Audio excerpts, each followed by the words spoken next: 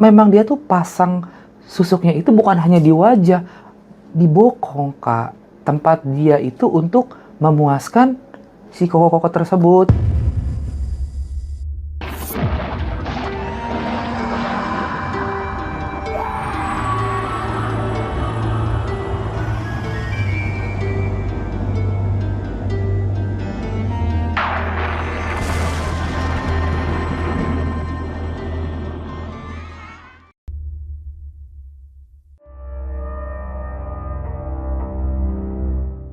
Assalamualaikum warahmatullahi wabarakatuh. Apa kabar Bang Waalaikumsalam. Farhan? Alhamdulillah sehat, Kak. Ceritanya kayaknya bakal seru lagi nih malam ini nih. Mau cerita apa malam ini?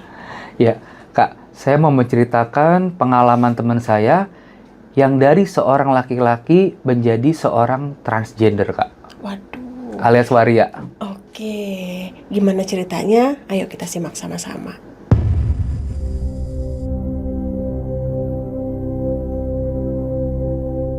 Jadi waktu kurang lebih tahun 2009, aku itu SMP, Kak.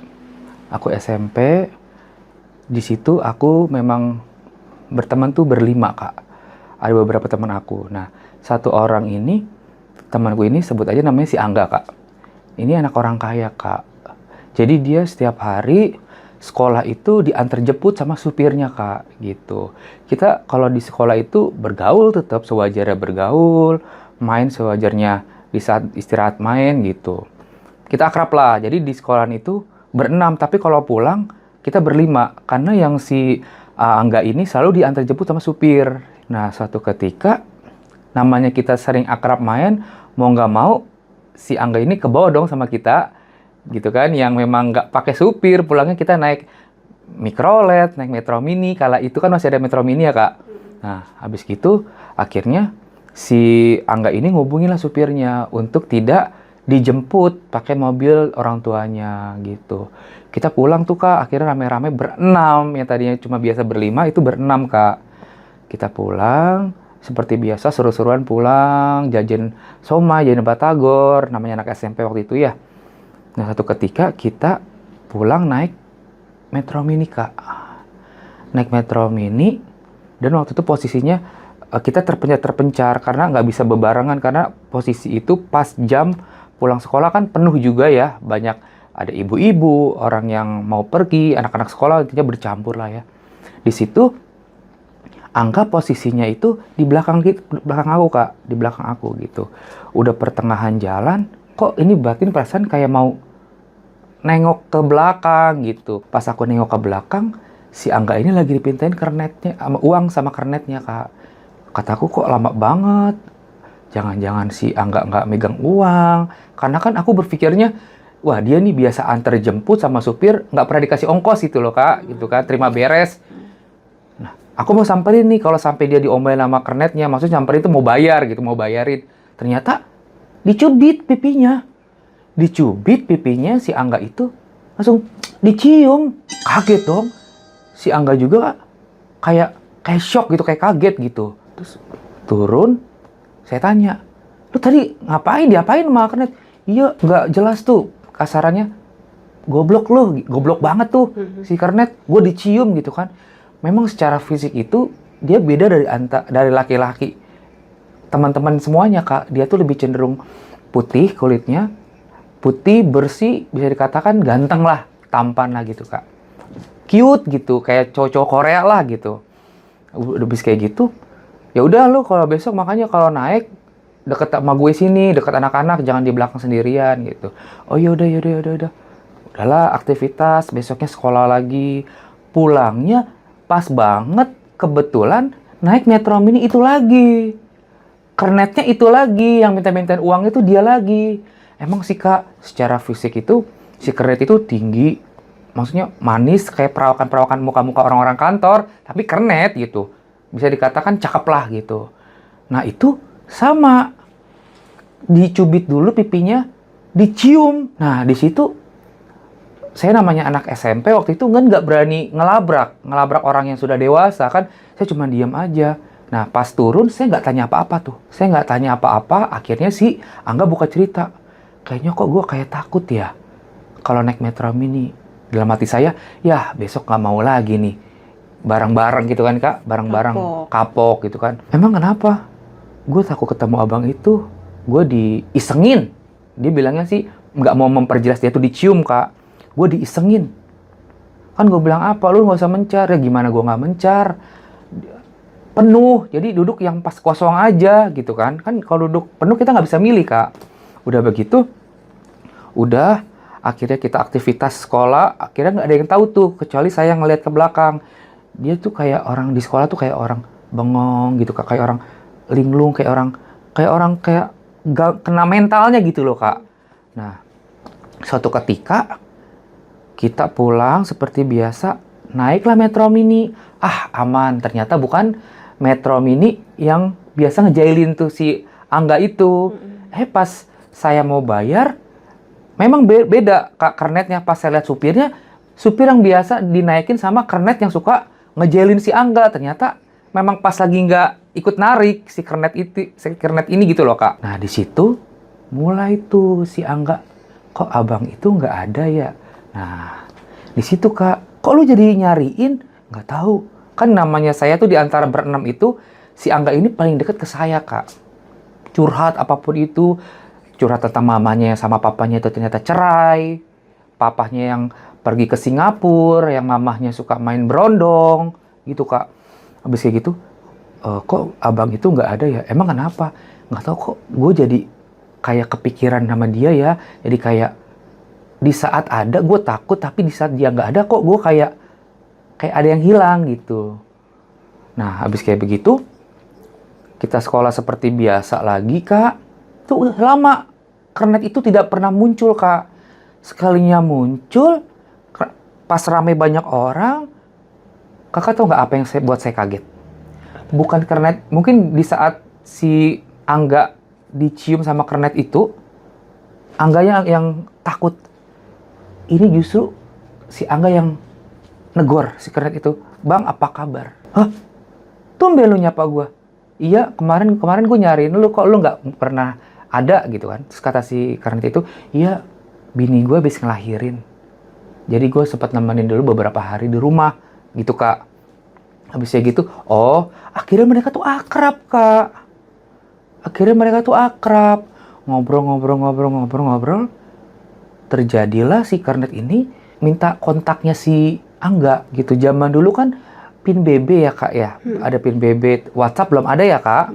Belum kan, tapi intinya yang jelas itu tukeran kontak yang dimana mereka berdua itu bisa saling komunikasi gitu. Ternyata si Angga ini merasa kesepian dan merasa butuh sosok figur ayah.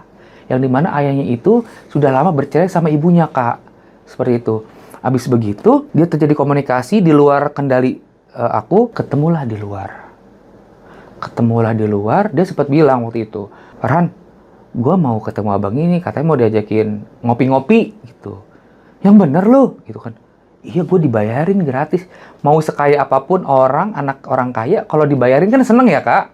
Gue mau dibayarin ngopi, gitu. Oh ya udah, hati-hati. Saya tidak berpikir hal-hal yang buruk. Saya tidak berpikir hal-hal yang akan terjadi seperti apa. Intinya saya cuma mesen, lu hati-hati, gitu Kak. Abis seperti itu, dia besoknya sekolah, kok bagian olahraga dia demam sakit gitu. Maksudnya badan gue anget nih katanya. Ya udah lu duduk aja izin sama Pak ini gitu kan. Sebetulnya Pak Ajis lah guru olahraganya. Bilang aja lu sama Pak Ajis lu lagi gak enak badan. Akhirnya dia bilang, Pak si Angga nggak bisa ikut olahraga lagi demam. Ya udah di perpustakaan tiduran tuh Kak di perpustakaan dia lemes gitu. Suatu ketika ditanyalah sama ada namanya guru bahasa Indonesia. Si Angga kemana gitu kan. Ternyata dia tuh sempat 2 hari nggak masuk sekolah tuh Kak. Saya susulin dong ke rumahnya kan. Kemana ini anak gitu kan. Ternyata dia habis dari klinik karena demam tinggi Kak. Udah begitu selisih beberapa hari kemudian dia masuk sekolah. Sudah mulai sehat segar seperti biasa. Akhirnya dia ngomong begini. Ntar pulangnya lu berdua aja sama gue ya Farhan gitu. Emang kenapa? Gue mau ngobrol, mau cerita sama lu gitu kan. Lu kan temen gue nih gitu kan. Ya udah, tapi jangan ngajak yang lainnya. Singkat cerita dia ngobrol, ternyata di saat dia waktu itu cerita sama saya mau ngopi bareng, ternyata si Angga itu dilecehkan, Kak. Boleh? Kernet Metro Mini itu. Makanya dia sampai demam. Mungkin istilah kasarannya sekarang tuh di ruda paksa ya. Dipaksa gitu intinya gitu ya. Akhirnya gue sempet demam Tuhan gitu. Karena ngerasain sakit yang luar biasa katanya. Gila lu kata saya gitu loh. Sampai segitunya gitu. Kok bisa sih? Gak tahu, pertama itu kayak dia tuh kayak dibuat nyaman gitu loh, Kak. Dibuat nyaman dan si Angga ini menganggap si Kernet ini seperti sosok figur ayahnya.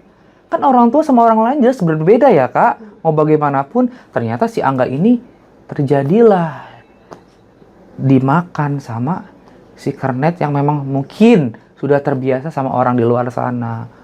Gitu. Dari situ dia seperti kayak kalau pulang, kan si istrinya si Kernet ini berprofesi sebagai asisten rumah tangga, Kak. Yang dimana kerjanya pulang pergi, nyuci gosok.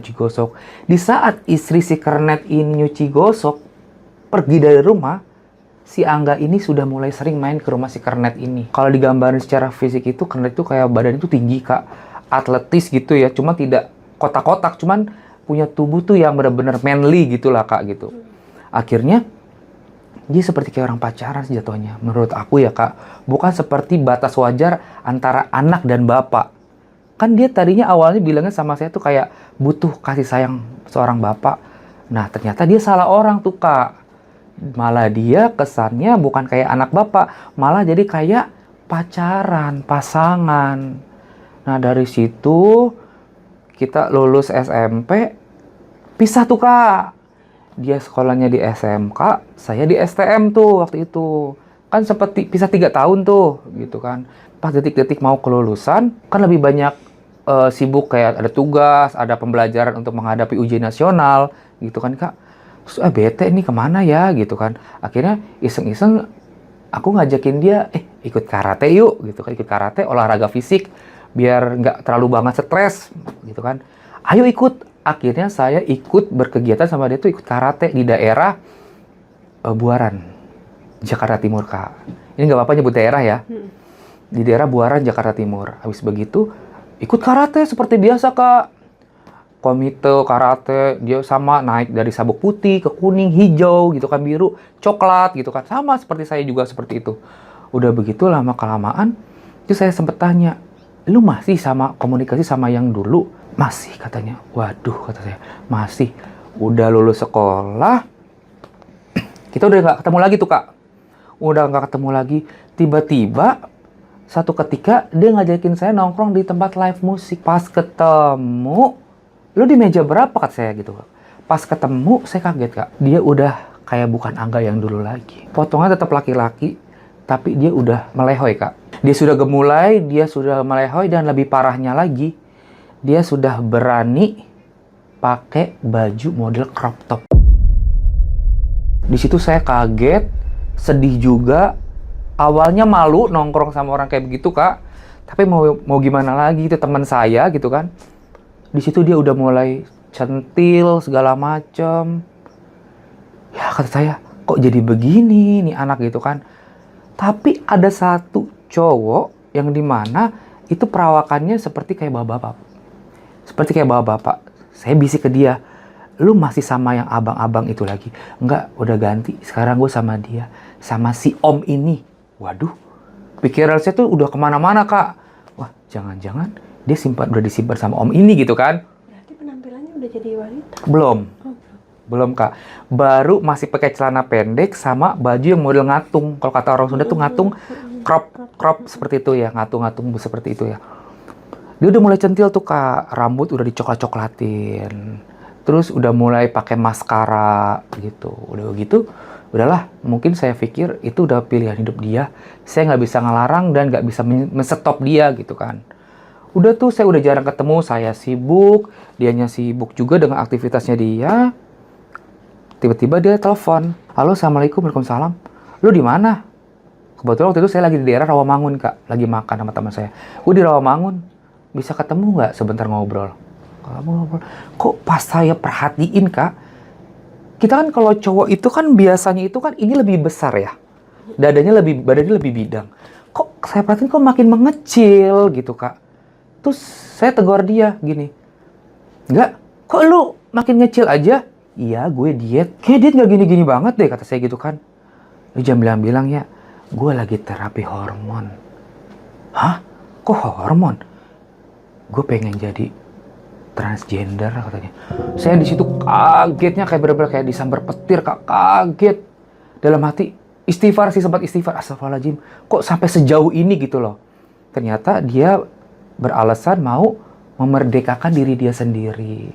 Dia alasannya gini, gue kalau menjadi diri gue seperti apa adanya, gue nggak bisa Farhan. Gue seperti kayak terkurung. Tapi dengan cara begini gue merasa gue tuh menghargai, gue sayang sama diri gue, makanya gue mengikuti apa yang gue mau. Ya udah, saya nggak bisa berbicara apa-apa kan Kak, karena itu pilihan hidup dia. Nah, abis kayak begitu, gue tanggal sekian, mau nggak anterin gue? Kemana? Gue mau operasi hidung. Hah? Mau operasi hidung?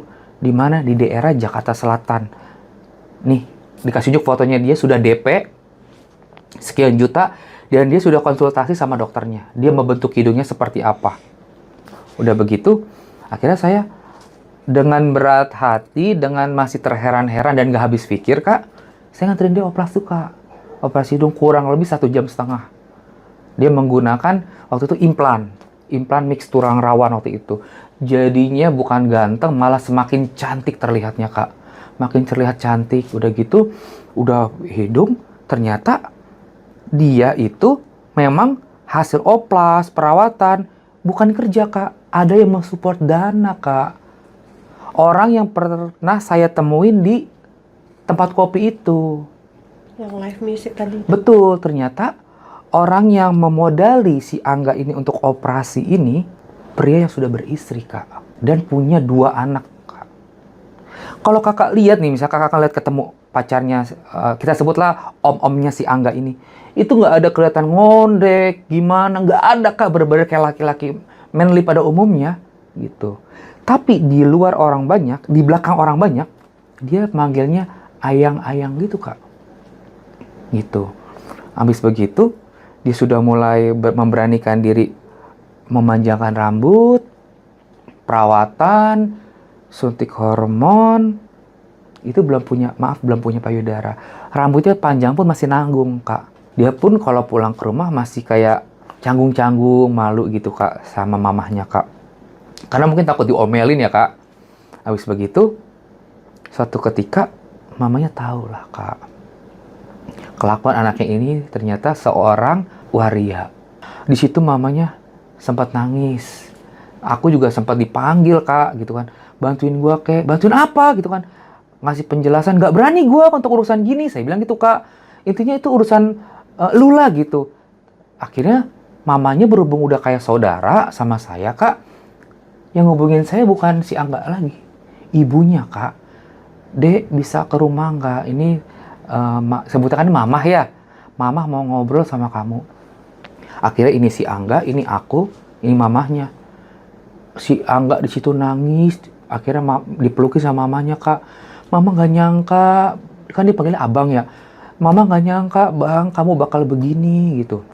Kok kamu bisa sejauh ini? Nah si Angga itu bilang, Mah izinin Angga gitu.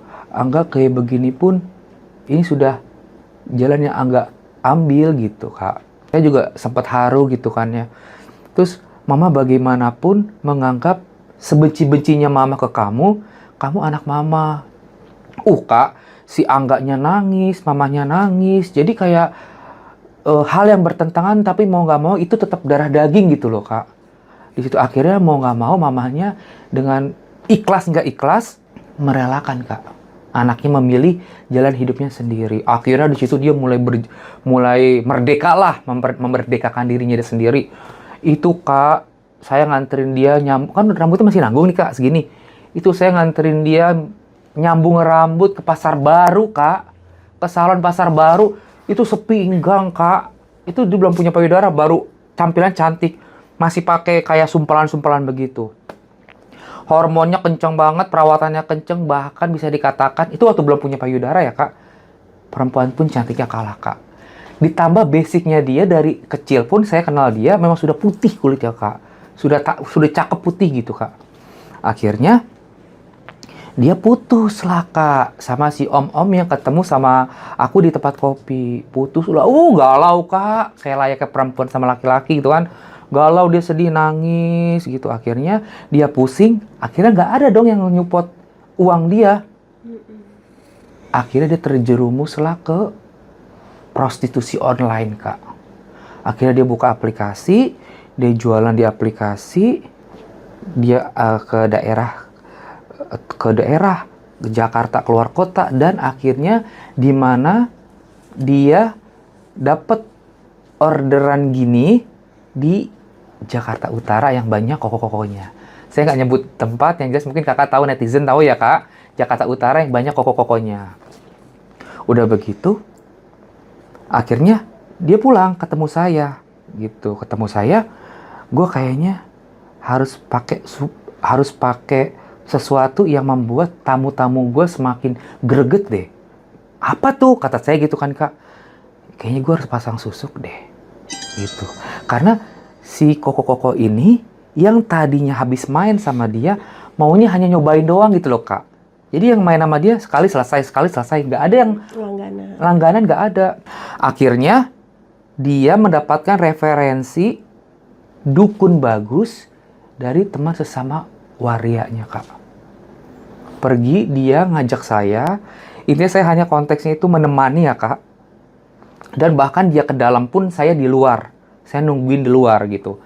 Intinya saya niatnya tuh nemenin dia, tidak mensupport dan tidak membenarkan perlakuan dia gitu kak. Akhirnya dia dipasangin susuk, maaf kak, di bagian wajah dan bokong. Karena kalau orang-orang begitu kan, kalau belum OP burung, pasti kan mainnya belakang kak. Dan dia pasang susuk di belakangnya kak. Jadi laki-laki yang kalau begituan sama dia, itu merem-melek kak. Jadi dipasang di bokong kak. Udah begitu baliklah dia ke Jakarta, mulai tuh kak orderan banyak. Ketemulah koko-koko yang kedua kak. Koko yang kedua itu dia ketemu di daerah Tangerang. Dia ketemu di Tangerang, di situ koko-kokonya itu melintir kak. Cinta banget kak, bahkan sampai mulai overprotective kak. Disimpen dong. Awalnya enggak. Awalnya kayak, kamu udah sampai rumah belum? Dan si Angga ini cerita ke aku, baru dia loh yang udah selesai main, nanyain udah sampai rumah belum. Yang lain selesai main ya udah.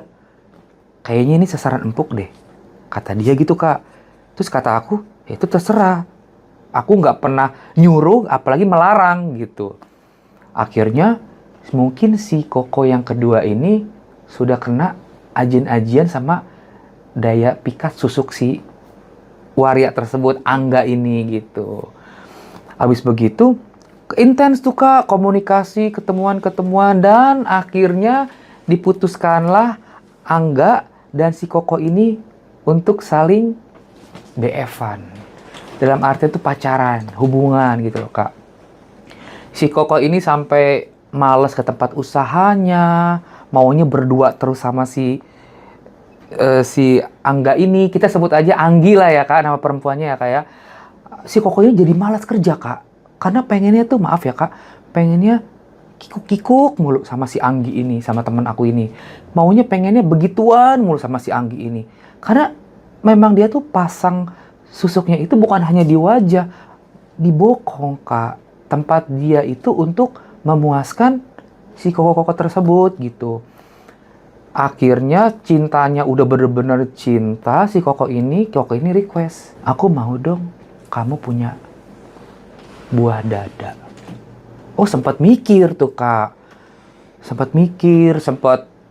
intinya dia mikir kurang lebih sampai 1 bulan lah kak. Ini dana untuk kamu, udah transfer kak, cari dokter yang bagus, klinik yang bagus, aku mau di saat kita main kamu udah ada susunya. Akhirnya dia menghubungi aku lagi untuk nemenin, dan di situ aku nggak mau nemenin kak, karena udah berat kak. Oke lah, taruh kalau operasi hidung itu cowok juga banyak yang melakukan rinoplasti ya kak. Tapi kalau untuk urusan bikin buah dada itu kan udah berat banget ya kak, menurut saya ya. Itu aku nggak mau nemenin. Akhirnya ditemenin dia sama teman sesamanya juga, Kak. Di luar negeri, Kak. Kita sebut aja lah Bangkok. Akhirnya terbang ke Bangkok tuh, Kak. Dia terbang ke Bangkok, selesai operasi, dia balik. Wah, Kak, itu bener-bener tumpe-tumpe, Kak. Bener-bener size-nya tuh besar. Besarnya tuh bikin kalau laki-laki yang ngeliat tuh pengen ngegigit gitu loh, Kak. Gitu. Itu bener-bener gede gitu. Dan dia itu, menurut aku ya, Kak, kelebihannya dia itu selain dia punya daya tarik di susuk, dia tuh punya badan tuh kayak bener-bener kayak perempuan, Kak. Jadi kalau yang nggak detil banget merhatiin dia tuh disangka perempuan. Makanya si Koko ini sampai tergila-gila banget, Kak. Sama si Anggi ini, si Angga ini alias Angga ini. Udah begitu Koko ini makin cinta, turunlah mobil tuh, Kak. Dibeliin mobil. Terus diservis layaknya dia tuh seorang perempuan. Dibeliin mobil, dibeliin perhiasan, itu dibiayain perawatan laser. Kakak tahu nggak sih, Kak, sampai bulu kakinya itu nggak ada, Kak. Rutin banget perawatan, Kak. Sampai bulu ketiaknya itu sampai di laser, di IPL. Terus intinya gimana layaknya putri lah gitu, diservis sama si Koko itu. Karena memang si Koko itu memang kecintaan sih, Kak. Kalau kata si Anggi ini, Kak, yang kamu jangan kerja, itu nurut, Kak. Jadi memang udah bener-bener terikat. Dan ternyata si Koko ini memang sudah kena terjerat susuk waria ini. Gitu loh, Kak. Karena ini sih sekedar saran ya, Kak. Untuk laki-laki di luar, kalau yang belum pernah ngerasain ML sama waria, itu kalau bisa jangan deh. Jangan. Karena kalian nanti akan lupa istri, galak sama anak. Karena beda, Kak, di saat laki-laki selingkuh sama perempuan, itu pasti ada endingnya.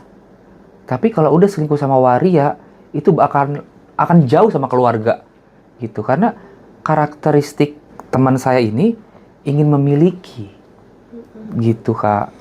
Udah begitu dia udah cantik, bentukannya bener-bener kayak putri, udah cantik banget. Dengar kabar lah, Kak, si Koko ini sakit, tapi masih suka transferin, sakit. Dan yang parahnya lagi, sakitnya itu sampai dibawa ke Kuala Lumpur sakit stroke, Kak. Jadi berobatnya ke Kuala Lumpur dan balik ke Indonesia. Si waria itu ketemu Koko itu udah nggak mau lagi. Dan waria itu minta putus, Kak. Si Koko itu semakin kaget dan sakitnya itu semakin parah, Kak. Karena kalau orang udah kecintaan, apalagi cintanya itu udah dibumbui sama hal yang bernuansa magis ya, Kak. Itu kan udah hilang. Maksudnya hilang, akal sehatnya sudah hilang gitu loh, Kak. Akhirnya Koko itu diputusin, Kak. Dengan sombongnya teman aku ini mutusin Koko itu. Padahal Koko itu yang mensupport hidungnya dia, payudaranya dia, perawatan hormonnya dia. Udah seperti itu, diputusin. Akhirnya udah ganti nomor si teman saya ini. Mulai tuh cari, Kak, cari. Kenalah waktu dia ini di bandara pas dia mau terbang ke luar Pulau Jawa. Taruhlah, aku mau sebut ya, karena daerahnya nggak apa-apa ya. Pas dia mau terbang ke Kalimantan. Dia mau terbang ke Kalimantan, di bandara. Kenal di bandara, Kak. Kenal sama, kita sebutnya Mas-Mas Jawir. Tapi beliau Mas-Mas Jawir ini bukan Jawir yang ecek-ecek, Kak. Dia bekerja di salah satu perusahaan top, yang dimana duitnya itu lumayan nggak berseri. Karena kita sebut si Mas ini ya. Si Mas ini orang kepercayaan salah satu perusahaan asing. Gitu. Kenal lah sama temanku ini si Anggi. Wah, makin hedon, Kak. Beliin rumah, mobilnya ganti, perhiasannya mentereng, Kak. Intinya bener-bener kayak putri lah, Kak. Kayak putri, seperti itu. Akhirnya tinggal bareng tuh, Kak. Padahal kondisinya ini, si Mas ini sudah punya anak satu. Anaknya perempuan.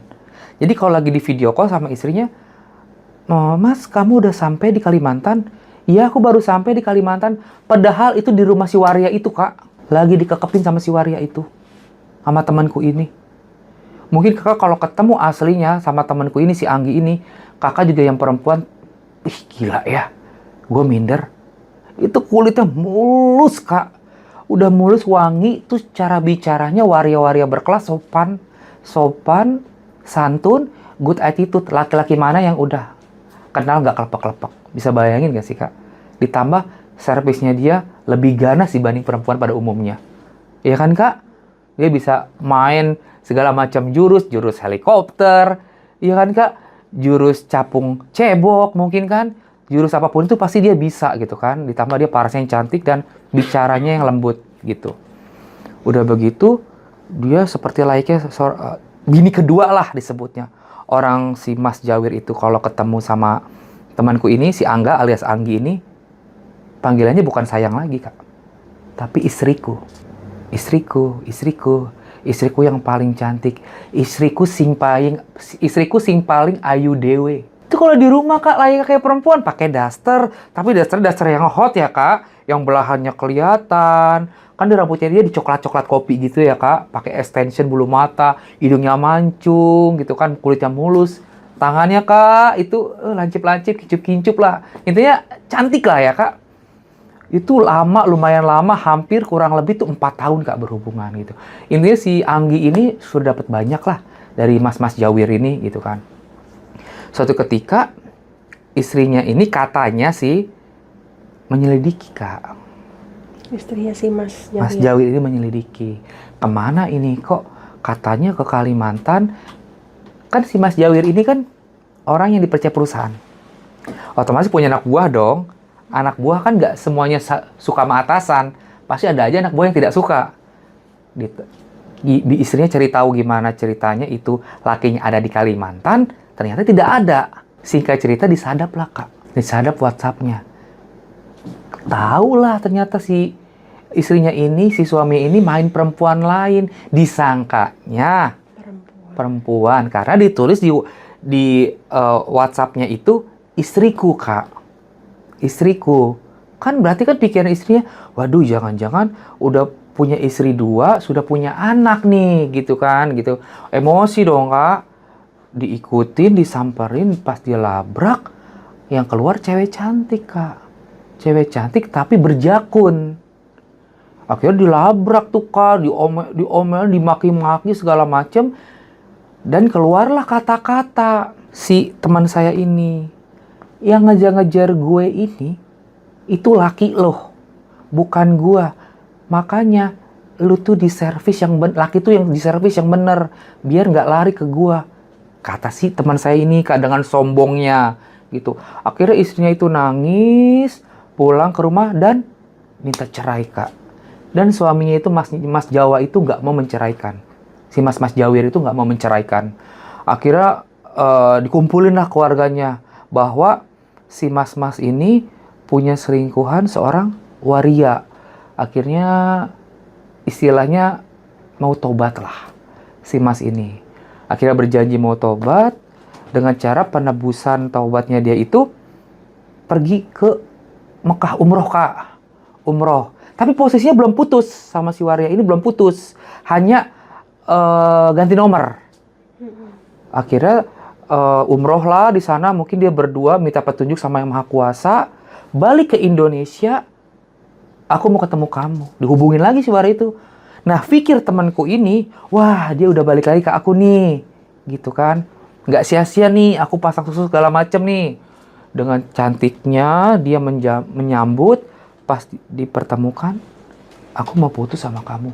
Nangis Kak temanku ini Kak, waria ini nangis. Kenapa Mas? Udah hubungan kita udah selesai. Aku sayang anak istri aku. Sudah kamu jangan ganggu aku lagi. Kalau kamu sampai ganggu aku lagi, yang berhubungan sama kamu bukan aku lagi, tapi aku lewat pengacaraku. Kan takut dong Kak. Kalau udah lewat pengacara, otomatis kan hubungannya dengan hukum. Akhirnya si waria ini nangis, sedih, depresi, pergi ke klub, Kak, ke daerah Jakarta. Dia mabok-mabokan tiap malam karena galau Kak. Terus saya bilang begini, kalau itu memang sudah tidak mau sama lo, Anggi, saya bilang gitu. Ya sudah, dia kan sudah punya anak istri, tapi gue nggak ikhlas. Dari sekian banyak tamu, dia yang paling gue sayang, gitu. Ya terus mau gimana lagi? Gue masih tetap galau sama dia, berharap dia kembali. Sedih, dia nangis Kak, dia nangis, dia galau. Akhirnya dicabut ke Bali. Wah, dia party Kak di Bali, dia dugem, dia segala macem. Akhirnya dia dapat tamu lah. Dapat tamu orang asing. Yang dimana orang asing tersebut memiliki yang bisa disebut kelainan tuh Kak. Jadi si teman saya ini Kak, si warrior ini di saat mau berhubungan itu ditonjokin dulu Kak. Ditamparin, dijenggut gitu Kak. Baru main gitu Kak. Jadi selama berhubungan sama si, entah itu karma, entah itu gimana, aku nggak tahu ya Kak. Mungkin karma dari doa istri yang tersakiti kali ya Kak ya. Kan sebelumnya kan dia sombong banget kan, makanya punya suami di servis yang benar. Mungkin sakit hati istri itu dibalaskan sama yang maha kuasa gitu kali Kak ya. Mungkin ya Kak. Akhirnya sering dihajarin tuh Kak sama si pasangan bule itu. Dihajarin. Akhirnya hidung si implan itu sempat miring Kak. Sempat berdarah, miring, dan bagian bibirnya itu sempat pecah Kak. Sempat pecah dan dia sempat gak sadarkan diri gitu. Akhirnya dia minta putus sama si bule tersebut. Dia sempat pindah ke daerah lain. Misalkan dari Seminyak dia pindah ke Nusa Dua gitu Kak. Dari Nusa Dua misalkan mau ke daerah mana gitu. Dia pindah, dia berusaha untuk membenahi diri, mengobati lukanya dia, mengobati luka hati, luka fisik. Kenalah bule yang sayang sama dia Kak. Kenalah bule yang sayang sama dia, yang benar-benar bule itu seorang duda Kak. Akhirnya dia berkomunikasi, berhubungan baik. Dia sempat mau ada niatan untuk pindah ke luar negeri. Sedangkan posisi mamahnya dia itu di Jakarta Kak. Gitu. Posisi dia itu di Jakarta. Akhirnya dia sempat pulang dulu ke Jakarta, ketemu sama saya Kak. Saya main ke rumahnya dia. Dia izin lah sama mamanya. Mah, aku mau menikah sama salah satu laki-laki yang dimana aku mau dibawa pindah ke luar negeri. Itu mamanya nangis Kak. Kalau bisa jangan gitu. Ada sisi negatifnya Kak. Jadi si teman saya ini kalau udah buta cinta itu buta beneran Kak. Dia tetap ngelanggar apa yang orang tuanya itu ngelarang Kak. Jangan, kalau bisa di sini aja, bisa nggak? Si mamanya itu nyebutnya si Mister gitu kan.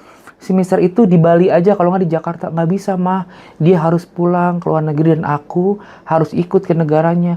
Terus mama siapa yang merhatiin? Kata gitu. Kamu udah di Bali aja mama kesepian. Apalagi udah pisah negara. Antara jarak dan waktu udah beda kan Kak?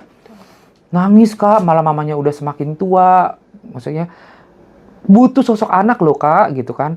Akhirnya jeleknya teman saya ini kekeh Kak. Ya udah mama merestui atau tidak merestui. Aku tetap berangkat sama suami aku. Nyebutnya udah suami Kak. Gitu kan. Akhirnya dengan berat hati mamanya nangis, ke bandara pun mamanya tetap nangis. Dia akhirnya terbang tuh Kak ke luar negeri dengan alasan katanya mau menikah di luar negeri. Beberapa kali Idul Fitri dia nggak pulang Kak, padahal dia tuh Muslim. Hubungin orang tuanya juga kalau lagi inget. Sedangkan anak itu komunikasi sama orang tua, mungkin kalau dia sesibuk-sibuknya malam kan bisa. Pagi kan dia bisa. Itu jarang Kak. Sampai mamanya itu nelfon ke aku gini. Angga ada nggak ya ngubungin AA? Aku sedih loh Kak. Di saat orang tua nanyain kabar bukan langsung ke anaknya. Tapi ke sahabatnya gitu kan. Nggak ada mama, kata aku gitu kan. Emang ke mama nggak ada? Mamanya nggak jawab, bilang nggak ada. Tapi langsung sesegukan nangis Kak. Langsung, nggak ada gitu. Dia nggak pernah ngubungin mama semenjak pindah ke luar negeri gitu kan.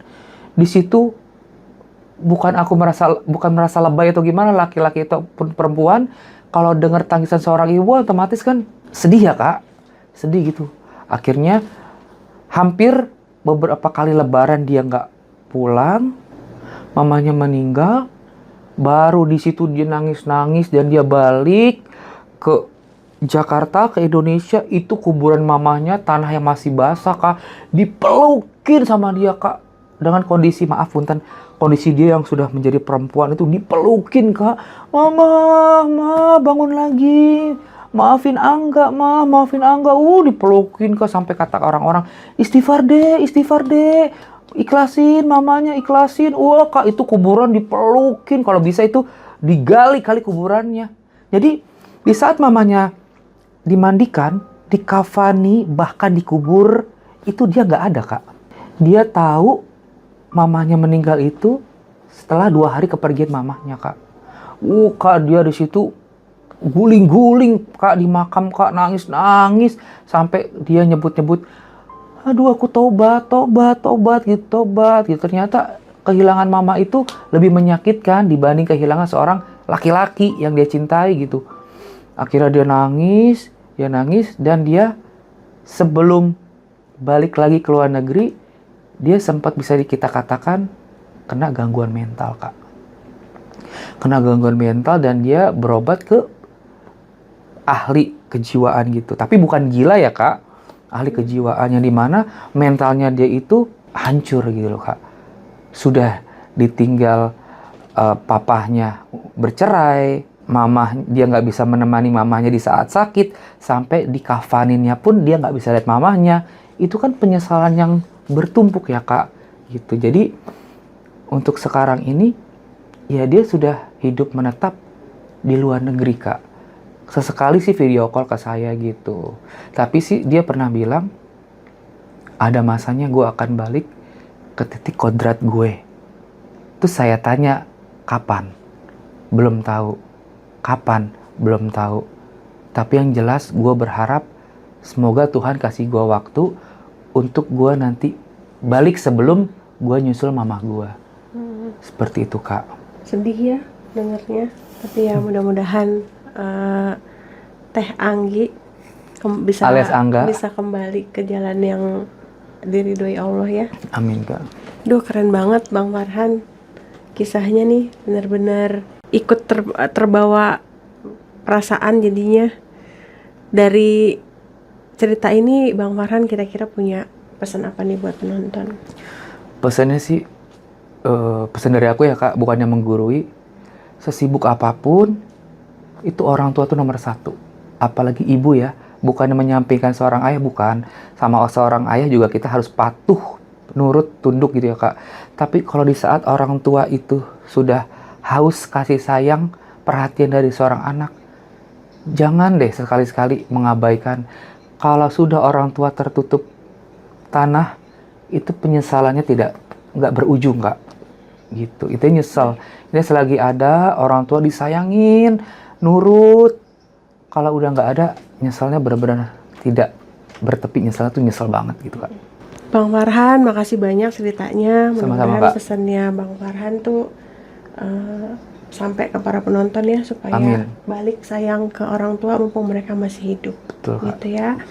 Kita tutup episode malam hari ini. Yakin nih Bang Farhan pasti punya banyak cerita, tapi Banyak, kita sambung di lain waktu. Siap Kak. Saya Mona dan Farhan pamit undur diri dulu. Sampai ketemu di episode berikutnya. Wassalamualaikum warahmatullahi wabarakatuh. Waalaikumsalam warahmatullahi wabarakatuh.